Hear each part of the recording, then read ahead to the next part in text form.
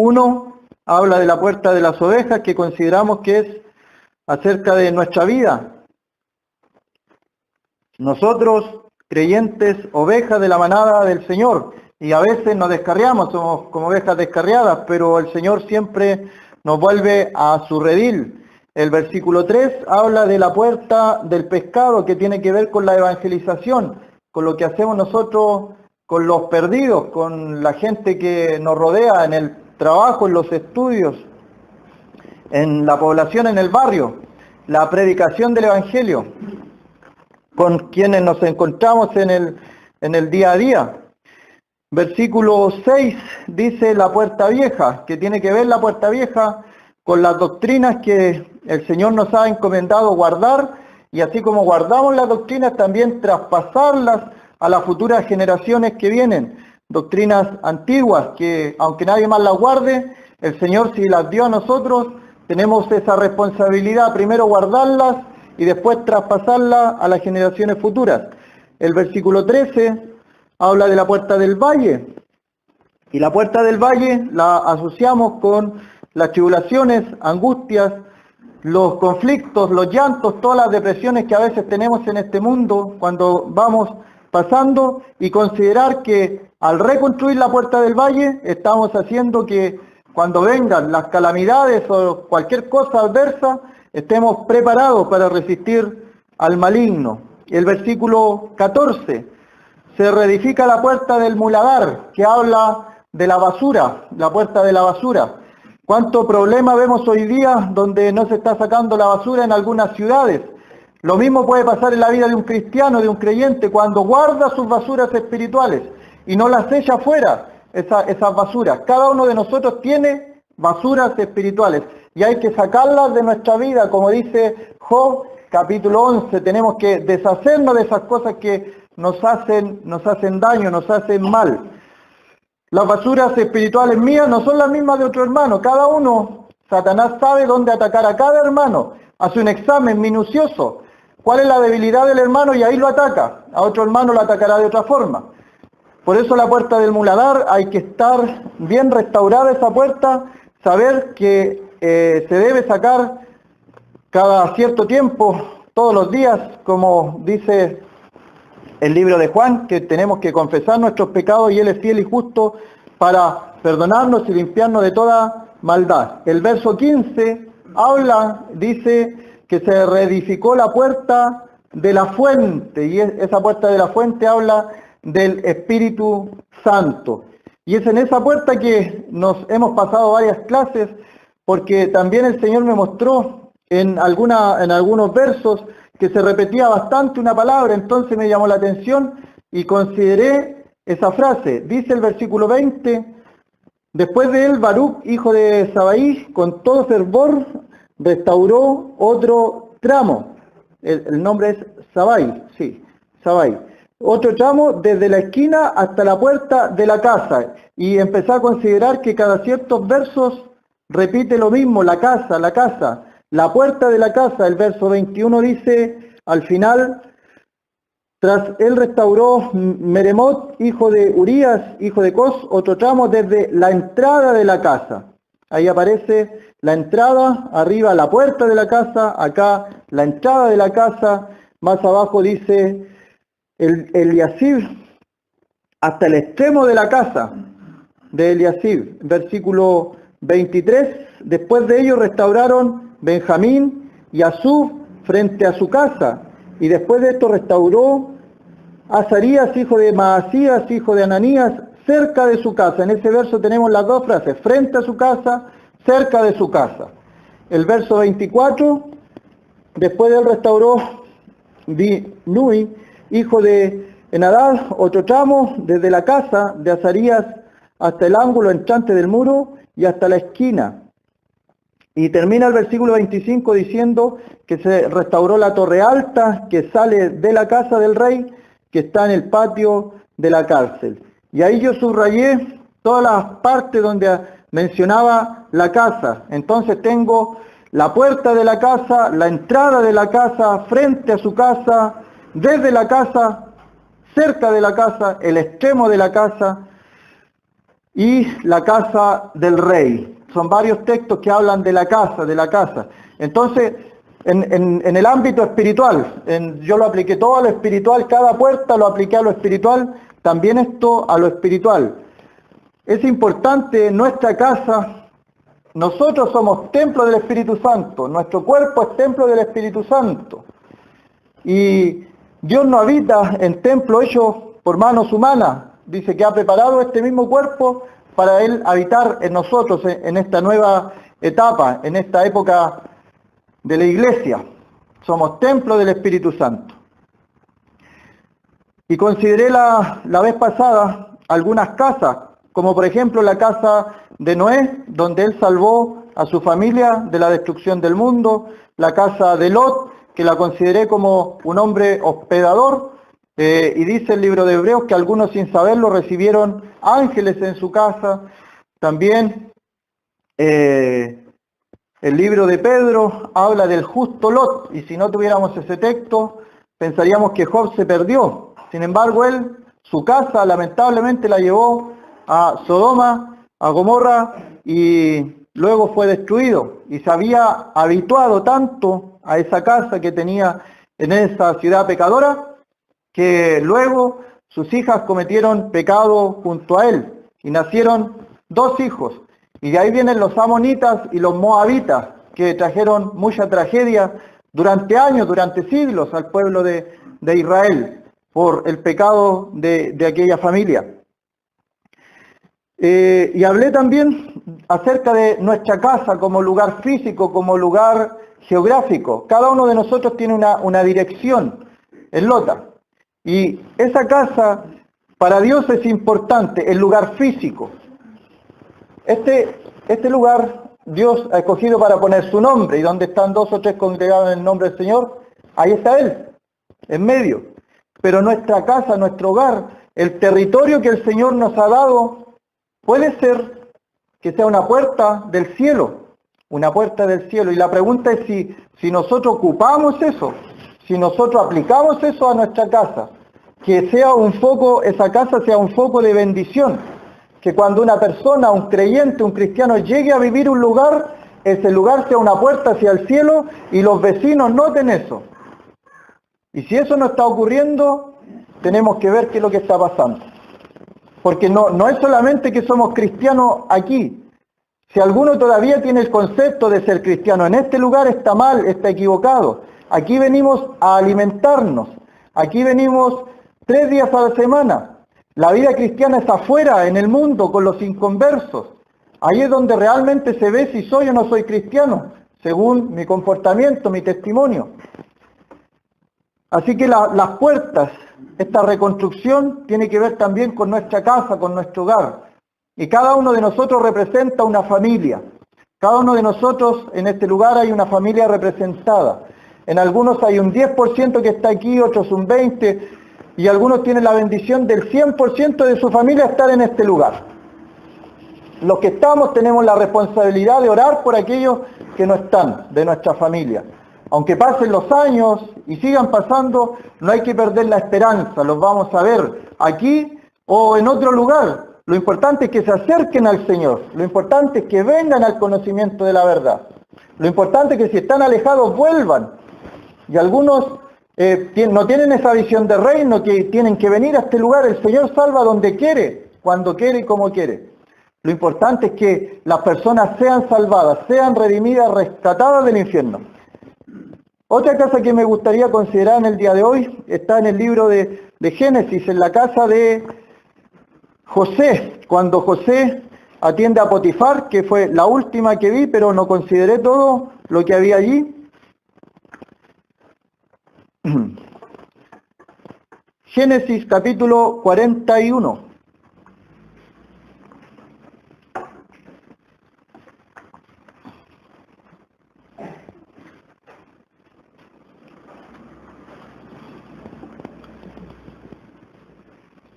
Versículo 40. Génesis 41, versículo 40. Tú estarás sobre mi casa, dice el faraón a José. Tú estarás sobre mi casa, y por tu palabra será gobernado todo mi pueblo. solamente en el trono seré yo mayor que tú. Faraón, el presidente, el rey de Egipto, dándole autoridad a José, una persona que era esclava, era extranjera, que era un preso. ¿Cómo llega él a esta situación, a esta condición? Porque Dios lo llevó a ese lugar. Hojas más atrás, en el capítulo 39, José en la casa del faraón, sobre toda la casa de faraón. Génesis 39, verso 2, dice, mas Jehová estaba con José y fue prosperado y estaba en la casa de su amo el egipcio. Esto tiene que ver con nuestro trabajo. Nuestros jefes son bendecidos por el trabajo que nosotros realizamos por el solo hecho de ser creyentes. Porque nosotros no le trabajamos al ojo. No trabajamos al ojo. Me veo o no me veo al jefe, yo voy a trabajar igual porque yo sé que me está viendo el Señor. Y si yo hago bien mi trabajo, si yo realizo bien mi trabajo, aunque nadie más me vea, el que me recompensa es mi jefe que está arriba, el Señor. Él es mi amo. José tenía claro este principio. Y cuando es puesto en la casa de Potifar, él realiza las labores y su jefe se da cuenta. Y ahí podemos preguntarnos nosotros, nuestros jefes, nuestros superiores, ¿se dan cuenta que nuestro trabajo es bendecido por causa de Jehová, por causa del Señor, por causa de Jesucristo? Hay muchos jefes de nosotros que son impíos, son inconversos, son pecadores. Pero una de las formas de traerlos, de ganarlos para el Señor, es a través del testimonio. Y usted puede ser testigo de que mucha gente ha echado a perder el testimonio del cristianismo porque son irresponsables, porque no hacen el trabajo, porque sacan la vuelta, y eso echa a perder el testimonio del cristianismo. Sin embargo, otros hermanos han hecho como José, y han cumplido, pero a la perfección, y dicen, no, él es un buen trabajador, él es un buen servidor. Ahí está el caso de José, puesto sobre una casa, y en esa casa ajena, el verso 4, por ejemplo, dice, así halló José gracia en sus ojos y le servía. Y él le hizo mayordomo de su casa. Comienza a subir, mayordomo de su casa. Y comienza a subir en su trabajo por el solo hecho de no trabajar al ojo, sino que trabajar a los ojos de aquel que todo lo ve. El Dios de José es nuestro Dios también. No es otro Dios, es el mismo Dios. El mismo Dios que a José lo tomó de ahí abajo y lo llevó a un lugar de privilegio, es el mismo Dios que tenemos hoy día, en el día de hoy. Es el mismo Dios. Y Él de un día para otro nos toma desde abajo y nos lleva arriba. Y eso no lo debemos considerar como materialista o materialismo. El Señor bendice a sus hijos. En su soberanía, dice Job, que Él ha hecho al rico, asimismo ha hecho al pobre. ¿Quién pone estas condiciones? Es Dios, en su soberanía. Pero cuando Dios bendice, Dios bendice. Dios trae esa bendición sin tristeza. Y ese es importante, ese punto. La bendición de Jehová, o la riqueza que Jehová da, es sin tristeza. Si hay una riqueza que el Señor nos está dando, si hay una bendición material que el Señor nos está dando, pero eso trae consigo un prejuicio en nuestra vida espiritual, lamentablemente no podría cumplir la regla que esa bendición viene de Dios. Cuando una bendición material, una riqueza, viene y trae tristeza con ella, eso no es de Dios.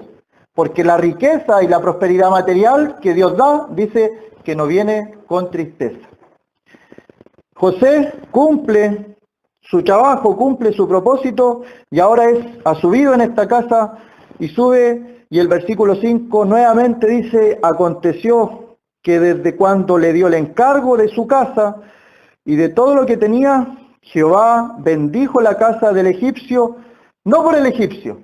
¿Por qué dice ahí el verso? Dice, por causa de José. A causa de José.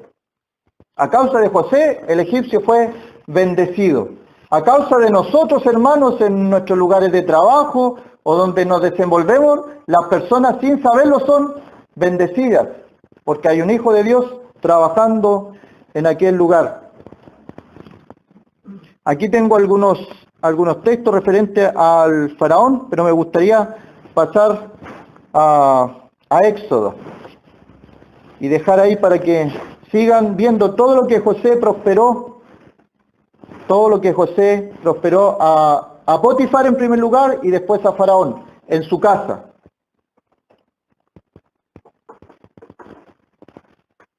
Éxodo capítulo 8.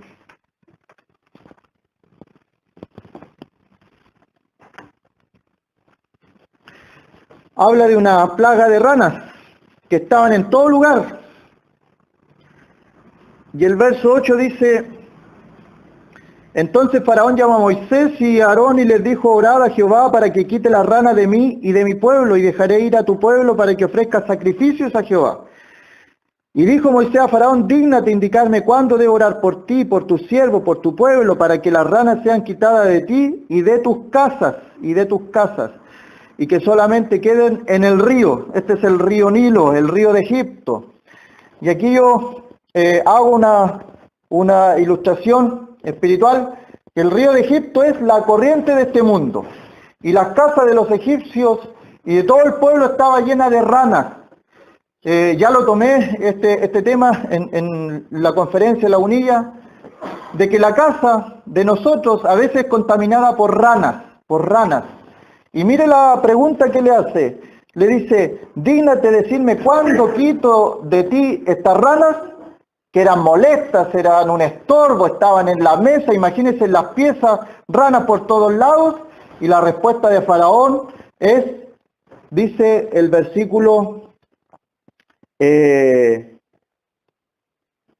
9, le pregunta: dígnate decirme cuándo debo orar por ti, para que quite todas estas ranas, sean quitadas de ti, de tus casas, solamente que queden en el río. Y el verso 10, Faraón le dice: mañana. Y esto tiene una aplicación especial. A veces hay pecados que son figura de las ranas en nuestra vida. Y el Señor dice: ya, ¿cuándo vamos a tratar ese pecado en tu vida, en tu casa? Esa injusticia que se está permitiendo en tu casa, ese pecado que está en tu casa. ¿Cuándo lo vamos a tratar? Porque sabemos que es malo, sabemos que molesta, sabemos que es en prejuicio de tu vida espiritual. Y la respuesta de Faraón a veces es nuestra respuesta. Decimos: mañana. El dicho popular, ¿cómo dice? No dejes para mañana lo que puedes hacer hoy. Son súper sabios esos dichos. No dejes para mañana lo que puedes hacer hoy. A veces demoramos una decisión. A veces demoramos el dejar un pecado. A veces demoramos dejar el arrepentimiento de algo y lo dejamos para después. Así como le decimos al inconverso, al pecador, al impío, le decimos lo mismo: que acepta al Señor hoy día, que reciba el Evangelio hoy día. Pero después que uno recibe el Evangelio ahora como hijo de Dios, también tiene que tomar decisiones, tiene que ser valiente y tomar ciertas decisiones, y no dejar para después lo que nos está afectando hoy día, esas ranas. ¿Y dónde tenían que quedar? Dice el verso 9, que solamente queden en el río. La corriente de este mundo tiene muchas ranas, y a veces se nos pegan, y a veces vienen a nosotros esas ranas. Podemos hacer, como dice la Escritura: alégrate, joven, en tu juventud, y gócese tu corazón. Pero sabe que sobre todas estas cosas te juzgará Dios. El Señor quiere que seamos felices en esta vida. Hay personas que son felices, son alegres, son contentas, y conocen al Señor y se ponen amargadas, se ponen aburridas, se ponen tristes. El Señor quiere que nuestro carácter no cambie. ¿Cuánta mayor felicidad tenemos que tener ahora? Lo que nos pide es que dejemos el pecado. Pero la alegría, el gozo, de ahí dice que había gozo en su corazón al considerar las grandezas que Dios había hecho en él. Solamente considerando la grandeza, él se gozaba en su corazón, había alegría, se ponía a danzar en medio del pueblo. Y no era una danza así que estaba como... No, era una danza, era un baile. Él expresaba eso. De la alegría, el gozo que sentía, llegaba a danzar. Así que el Señor quiere que seamos felices en este mundo. ¿Quién mejor que el creyente para ser feliz, que ser contento, estar alegre siempre? Pero que dejemos estas ranas espirituales atrás, que las dejemos en el río del Nilo, donde corresponden, dando vuelta la hoja. En Éxodo, el capítulo 10, el versículo 23, otra cosa que pasaba en la casa de los egipcios y en la casa de los israelitas. La plaga de las tinieblas. Esta no era, algunos dicen que las plagas son cosas naturales, que por ejemplo el río que se convirtió en sangre fue porque la marea roja y no sé qué otra alga y tratan de buscar una explicación natural, normal, a lo que la Biblia denomina como un milagro, algo que venía de parte de Jehová. Pues bien, esta plaga no pueden explicarla, las tinieblas, no se podía ver nada, pero ¿dónde está el milagro? El versículo, capítulo 10, tengo aquí el versículo 23, ninguno vio a su prójimo, ni nadie se levantó de su lugar en 3 días, mas todos los hijos de Israel tenían luz en sus habitaciones. No había luz. Y uno dice, pero ¿podía prender un fogón, una vela? No se podía. Eran tinieblas espesas, eran tinieblas que no dejaban ver. Y por 3 días, o sea, los que dicen que un eclipse, otros dicen que un volcán explotó y las nubes andaban por ahí. No, era algo milagroso, sobrenatural de parte de Dios. Era para infundir temor a Egipto, a Faraón y a todo el mundo de Egipto, para que dejaran ir al pueblo. ¿Y cuánto temor había en ellos? 3 días en oscuridad, pero dice el versículo 23, que nadie veía a su prójimo, nadie se levantó de su lugar en 3 días, pero, esa palabra más, pero todos los hijos de Israel tenían luz en sus habitaciones. Y aquí ya vamos más cerca del Señor, a lo más íntimo. Lo más íntimo, la habitación habla de la intimidad. El Señor cuando habla de la oración dice en su pieza, cerrada, puerta, ventana, orando ahí. La habitación. ¿Hay luz en nuestra habitación? Estoy hablando de nuestra casa y en nuestra habitación. Nuestra habitación. Si hay luz, si ahí estamos también en comunión con Dios, o cuando buscamos un lugar para orar en nuestra habitación, si está ahí ese lugar consagrado también a nuestro Señor, como un lugar, vuelvo a repetir, aunque sea repetitivo, pero algunos el otro día no entendieron, hablo del lugar físico, es importante el lugar físico, su casa, su pieza, su patio, el lugar donde usted vive, es importante porque ahí vive un hijo de Dios. Y si vive un hijo de Dios, el Padre Celestial está ahí. Y su pieza, la pieza. Egipto en tinieblas, el mundo en tinieblas. Pero los hijos de Dios tienen luz en su habitación. Tienen luz en su habitación. Bueno, luego se arrepiente Faraón y dice, ya voy a dejar ir al pueblo, pero nuevamente se endurece su corazón para no dejarlo ir. Éxodo capítulo 12, el tema de la Pascua. Conocido el tema, versículo 7. Cuando iban a sacrificar al corderito para salvar sus vidas, y tomarán la sangre y la pondrán en los 2 postes y en el dintel de las casas que lo han de comer. El dintel y las puertas con la sangre. Y esto en lo espiritual igual. Nuestra casa, nuestro hogar. Yo no puedo dejar entrar a cualquier persona a mi hogar. La Biblia me da prohibiciones. No le digáis bienvenido. No le digáis bienvenido ¿a quién?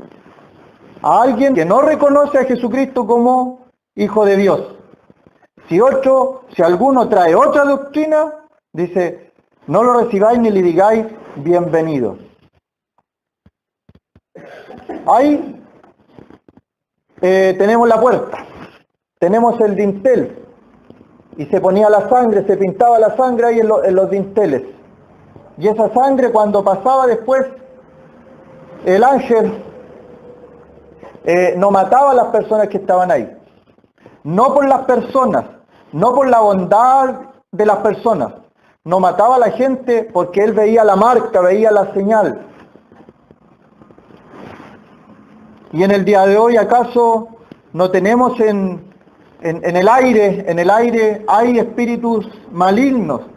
Ellos no han dejado de funcionar.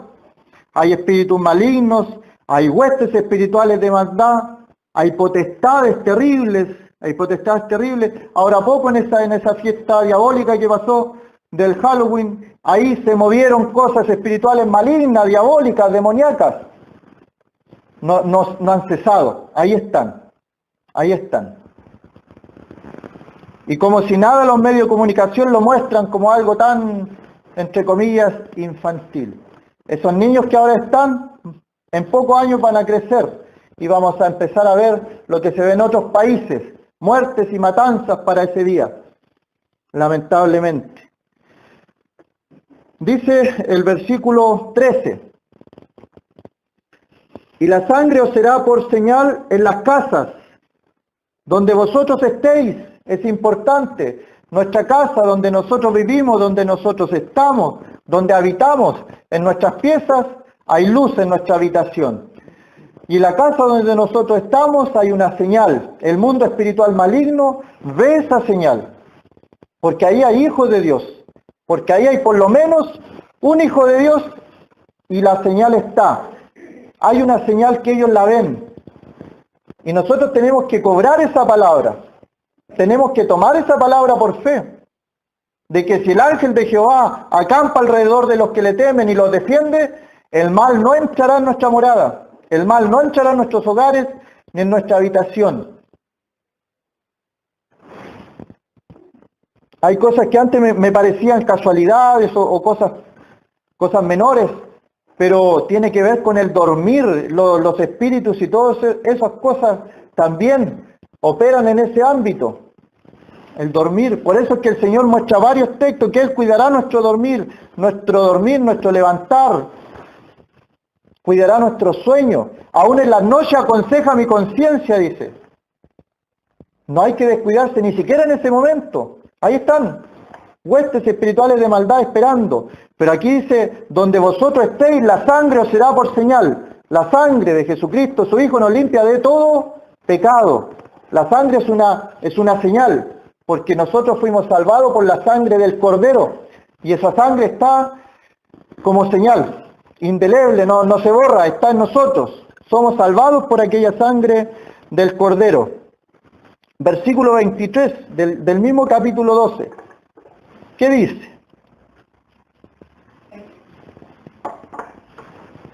Versículo 23, porque Jehová pasará hiriendo a los egipcios.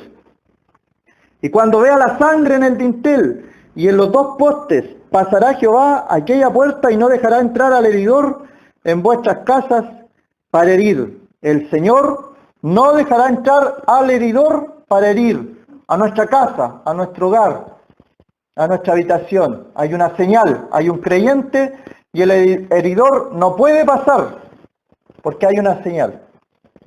Hemos en el ámbito espiritual, cobramos o creemos esta palabra del Señor, que Él nos protege en nuestro hogar, en nuestra habitación, porque pasará hiriendo a los egipcios, pero el heridor en vuestras casas no entrará, no va a entrar el heridor a herir a nuestras casas. A los niños pequeñitos, hay un rey en la antigüedad, 8 años tenía cuando comienza a reinar, y lo protegen por todos lados para que ese niño reine. Todos los sacerdotes, los levitas protegiendo al rey, el ejército protegiendo al rey para que nadie lo dañara. ¿Cuánto más a todos los niños que nos rodean en el día de hoy? Hay hijos, hay sobrinos, hay nietos de los hermanos que deben ser protegidos. El mundo ataca sin compasión, hermano. Y le pone mensajes subliminales hasta en los monitos, esto lo dibujos animados. Y no es un mensaje alarmista, eso existe, existe.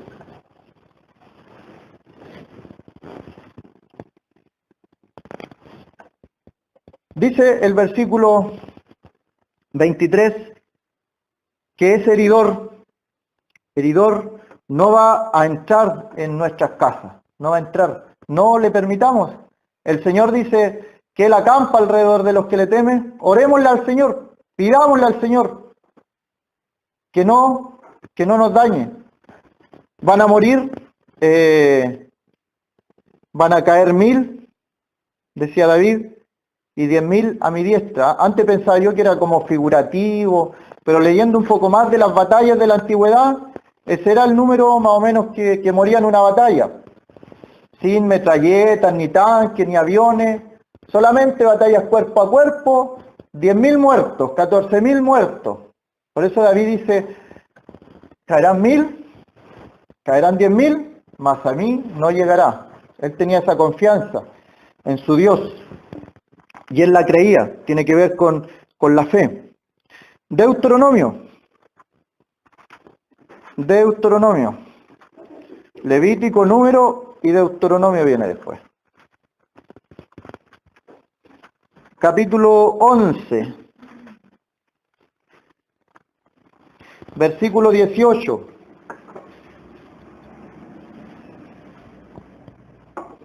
Y de este texto también sacamos nuestra costumbre, nosotros que tenemos textos en las paredes, en nuestra casa también, esos textos que cuando niños nos regalaban también como cuadros, como premios de escuela dominical, y los colgábamos, los pegábamos en nuestra pieza, en nuestra casa. Es bíblico. Deuteronomio 11, verso 18 dice, por tanto pondréis estas mis palabras en vuestro corazón y en vuestra alma, y las ataréis como señal en vuestra mano, y serán por frontales en vuestros ojos, y las enseñaréis a vuestros hijos, hablando de ellas cuando te sientes en tu casa. Ahí está nuevamente la reconstrucción de la casa. Hay hermanos, hay familias que me han contado que han vuelto a tomar este hábito de leer en su casa también la Escritura. Cuando estéis en tu casa, cuando andéis por el camino, cuando te acuestes y cuando te levantes. En todos esos momentos, las palabras de la Biblia, leerlas, meditarlas. Lo hacemos siempre. Hoy día hay varias ventajas. Yo a los jóvenes les digo que ocupen toda la tecnología que hay.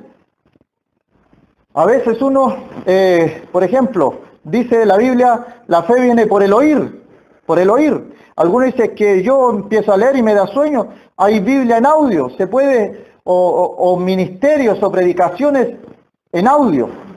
Se puede en el día de hoy. La fe viene por el oír la palabra de Dios. Y que quede ahí dando vueltas en nuestra mente. Dice el versículo 20, las escribirás en los postes de tu casa, y en tus puertas. He estado en hogares donde uno entra y todo tiene su texto. Y uno está en una pared y ve un texto, y la puerta un texto. Y ve en otra puerta, y yo en mi casa y serviremos a Jehová. Y cuando llega una visita al hogar, empieza a mirar y tal vez pregunte, ¿qué significa eso? ¿Qué es menester que yo haga para ser salvo? Y comienza a darse cuenta y la persona puede hablar y decir, ¿sabe que fui a la casa de tal persona y tenía textos en la pared? Es algo que está aquí en la Biblia. Y escribirás en los postes de tu casa y en tus puertas también. ¿Sabe qué? Como experiencia personal, tenía textos pegados en la puerta de mi pieza. Porque a veces, temprano levantándome, Satanás atacaba ahí, atacando Satanás bien tempranito y desanimándome, poniendo cosas en mi cabeza que iban desanimándome día a día. Y hay un texto solamente, Lamentaciones 3:37. Todo lo que sucede es porque Dios lo permite. Sucedió algo que el Señor nos mandó, de la boca del Altísimo sale lo malo y lo bueno. Y ese texto, un solo texto. En otra experiencia, un solo texto, Hebreos 11, es pues la fe, la certeza de lo que se espera, la convicción de lo que no se ve. Y cada texto a mí me ha servido, me ha hecho falta en algunos momentos y lo ocupo. Yo me pregunto, si ustedes ocupan los textos, esos son conexiones de fe que tienen con el cielo. Si estamos desanimados, buscamos textos que hablen del ánimo. Yo estoy contigo, yo te protejo y el Señor actúa de inmediato. Y Satanás no puede estar ahí. Los espíritus malignos no pueden estar ahí porque hemos declarado con nuestra boca la palabra del Señor. Pero a veces nos relajamos tanto que Satanás hace lo que quiere con nosotros y en nuestra vida. Así que no nos descuidemos. 19, las enseñarás a vuestros hijos, hablando de ellas cuando te sientes en tu casa. Se fija que la casa es importante. La vida cristiana no es aquí en este lugar. La vida cristiana es fuera de este lugar. Aquí venimos a congregarnos, a alimentarnos de la palabra, pero la verdadera vida cristiana se vive afuera. Dice el versículo 21, para que sean vuestros días y los días de vuestros hijos tan numerosos sobre la tierra que Jehová juró a vuestros padres que les había de dar, como los días de los cielos sobre la tierra. Se fija que ahí, si cumplimos esto, también la bendición va a pasar a nuestros hijos. Dice el versículo 22, porque si guardareis cuidadosamente todos estos mandamientos que os prescribo para que los cumpláis, y si amareis a Jehová vuestro Dios, andando en todos sus caminos y siguiéndole a él, Jehová también echará delante de vosotros a todas estas naciones. Y eso en el día de hoy lo podemos aplicar a que él echa de nosotros todos nuestros enemigos.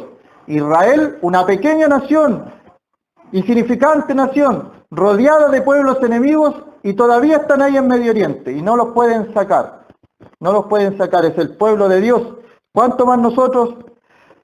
Si nosotros obedecemos, guardamos las palabras, guardamos esas palabras del Señor, los mandamientos del Señor no son gravosos para los que le creen. Dice que Él también echará de delante de nosotros las naciones, dice aquí, pero apliquémoslo al día de hoy a los enemigos. Y son tres, el mundo, la carne y Satanás, esos enemigos. Se pueden ir, se pueden retirar si nosotros guardamos las palabras que están escritas en este libro. No son, que alguien no malentienda, no son palabras mágicas. No se trata de magia. Se trata de creerle a Dios. Dios lo dijo y Dios lo hará. Si Él dijo que nadie dañará mi morada, yo le creo al Señor y nadie la va a dañar. Ahora, a nosotros no nos puede dañar el maligno. Si pasamos por alguna circunstancia como Job, y está dentro de los planes de Dios, de la soberanía de Dios, Él también nos mostrará el camino. Y Job nunca renegó de Dios, nunca lo hizo. Jueces, más adelante, Deuteronomio, Josué, Jueces, capítulo 8.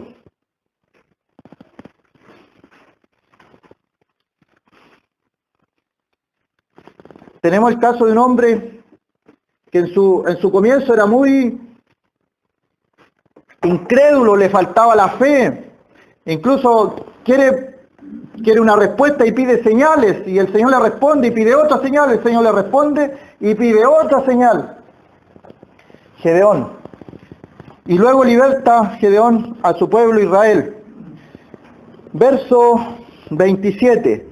Ya ha pasado esa época de libertador de Gedeón, victorioso libertador, pero ahora viene otra cosa. Verso 27 dice, y Gedeón hizo de ellos un efod. ¿De qué cosa? De los zarcillos de oro, y pidió otras cosas al pueblo, y de eso hizo un efod. Él, el cual hizo guardar en su ciudad de Ofra. Y todo Israel se prostituyó tras de ese efod en aquel lugar, y fue tropezadero a Gedeón y a su casa. Mira, aquí tenemos el caso de un hombre de Dios, un hombre que libertó al pueblo, pero como es hombre, es humano, igual que nosotros, cayó de nuevo, cayó. Y también, repito, ese concepto, ese mito que hay de repente, que los creyentes son perfectos. Hermano, hermana, los creyentes son personas imperfectas, son pecadores, tienen que estar todos los días arrepintiéndose. Hay que confesar nuestros pecados, porque Él es fiel y justo para perdonar nuestros pecados. No somos perfectos, no somos ángeles, somos imperfectos, sujetos de la mano de Dios andamos por este mundo, pero sin Dios no podemos hacer nada. Alejado de mí, nada podéis hacer, dijo el Señor. Tomado de su mano podemos caminar en este mundo. Pero Gedeón, después que liberta al pueblo, Gedeón después que es el gran libertador del pueblo, que es el vencedor, ¿qué es lo que hace? Junta estos zarcillos y en vez de darle la gloria a Dios, que no tenía ninguna imagen visible, él vuelve a algo que Dios aborrece. Aborrece. ¿Qué es lo que es? La idolatría. La idolatría. Y algo que era muy del pueblo de Dios, que era el efod, él construye un efod, pero no le correspondía a él. No le correspondía. Se metió en un área que no le correspondía. El Señor lo había llamado para libertar y él libertó, terminó su tarea. Pero él quiso entrar al área ahora espiritual, a lo que hacían los sacerdotes, los levitas, y toma el efod.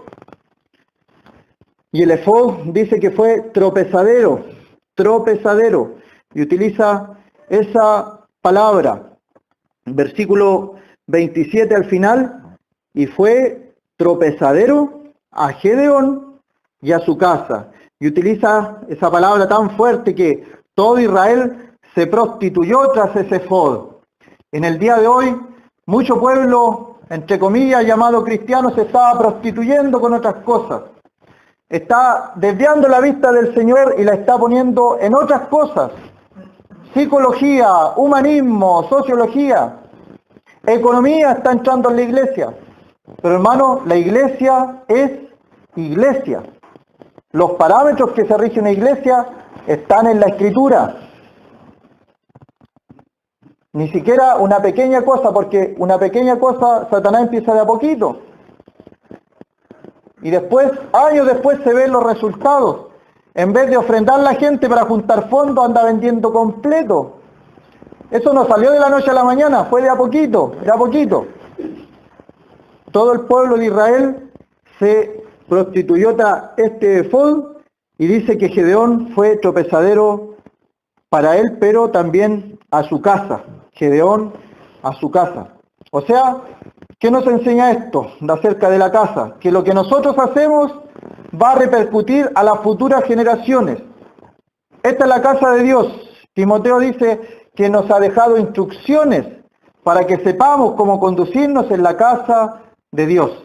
Hay instrucciones para todo lo que se hace aquí. Esta cosa no anda así por así nomás. Hay instrucciones para todo. ¿Qué se debe hacer en tal caso? La Biblia muestra las instrucciones. Y un último texto en Segunda de Samuel, capítulo 11.